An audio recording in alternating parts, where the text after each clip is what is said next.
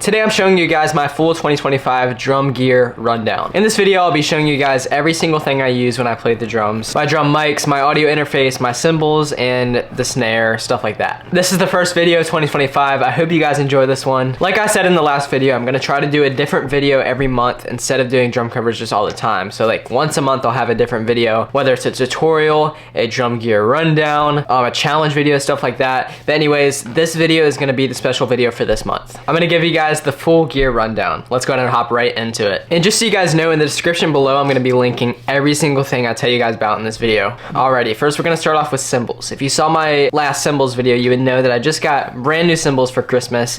2 Istanbul cymbals. One is a 22-inch Istanbul Agop traditional dark Crash cymbal.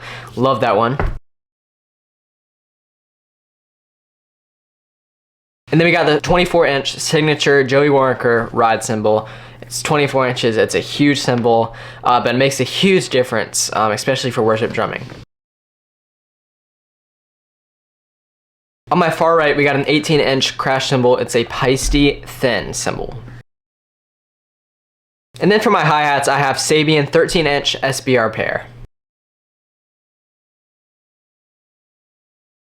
Alright, let's talk about my snare drum. As you guys might know, with the snare that I have right now, I can't really achieve the sound I ultimately want, but it still does the job. My next investment is probably going to be a new snare drum. Anyways, the snare drum is a 14 by 5.5 inch snare drum. It's a Gretsch Energy snare. And by the way, my toms and my kick are all Gretsch Energy as well. You can actually buy the full set together. I don't think they make them new anymore, but you can still find it used. Also, the snare has an Evans heavyweight head on it, and it actually has 30 snare wires. I used to have just 20, but I was like, a lot of the worship drummers have snares that have tons of wires, and I wonder if I can get that sound by getting more wires. Turns out that I can't really. It's just because the depth of my snare isn't where it should be. It still sounds good. I think I like 20 wires better though, just for FYI. Let's do the toms and kick. Like I said, they're all Gretsch Energy. The Hi Tom is a 12 by 9 inch tom with an Evans G2 head on it. The floor tom is a 14 by 16 floor tom with a Remo Emperor Coated head. The kick is a 16 by 22 inch. It has a Tama Iron Cobra 200 Power Glide single bass drum pedal. Like I said, I'm linking every single specific thing down below. I recently had to upgrade my pedal. Actually, not recently, probably like a year ago I had to upgrade it because the last one broke. But yeah, this pedal has been really good. Haven't had any trouble with it at all. All right, now let's get into the things that aren't cymbals or drums. First, we got the Evans E-rings. I have Evans E-rings on all of my drums. I actually just got them like literally last week. They make a big difference. They're basically just adding the muffling that you get with the moon gel without covering your whole drum with moon gel, if you know what I mean. Then we got my drum throne. It's pretty simple. It's a DW drum throne, nothing special about it or anything. I'll link it below. Something else that's kind of a little out of the ordinary is a music stand. I actually like to have it to my left. If you guys have seen my drum covers, you'd see that I set my laptop on there. It's just very convenient to put the laptop or put like drum sheet music or just stuff like that. I always recommend having a music stand somewhere. I was gonna try to find the hardware I have for my cymbals, but I actually have no idea what the hardware is. Sorry about that. I got the set 7 years ago, and yeah, I unfortunately do not know the hardware. Again, I apologize. One really important thing I will talk about though is that my Hi Tom used to be connected to my left Crash cymbal stand, which would make the stand kind of lean to the right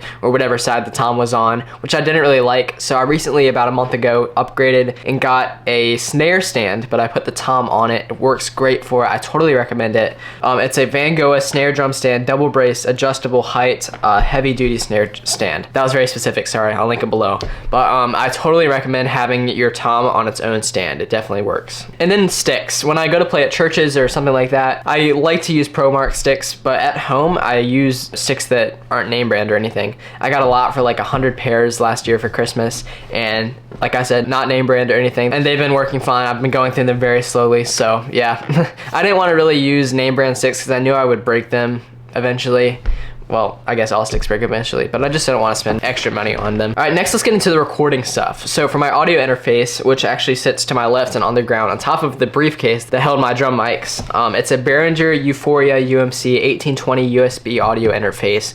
Got it for Christmas last year along with the mics, and it works insanely great. The difference between phone audio, which is what I used to use, and recorded audio is crazy. Like, I literally cannot even explain it. I totally recommend an audio interface with mics. So yeah, it works great. It's also very slim. It looks great. It's like that thin and like that long. Like I said, sits on top of a briefcase and it's barely seen at all. So and then for the mics, I have the Behringer BC1200 7-piece drum microphone bundle with stands and cables. Yes, this is one pack where you get the mics, the cables, the overhead stands, the kick drum stand, the little attachments onto the drums, all the mics, everything. I believe this was around $300. I'll link it below again. But yeah, this has everything you need instead of buying everything separately. So yeah. All right, guys, and that does it for the 2025 gear rundown video. I might have to do one of these every year. It depends on how much I upgrade. Just so you guys know, January is a huge month. Lots of new music coming out. We got Josiah Queen and Brandon Lake releasing a new song. We got a whole Bethel album next Friday. It's gonna be awesome. You guys stay tuned because a lot of drum covers are coming out soon. Hope you guys enjoyed this video. Make sure to like and subscribe, and I will see you guys in the next one. Peace.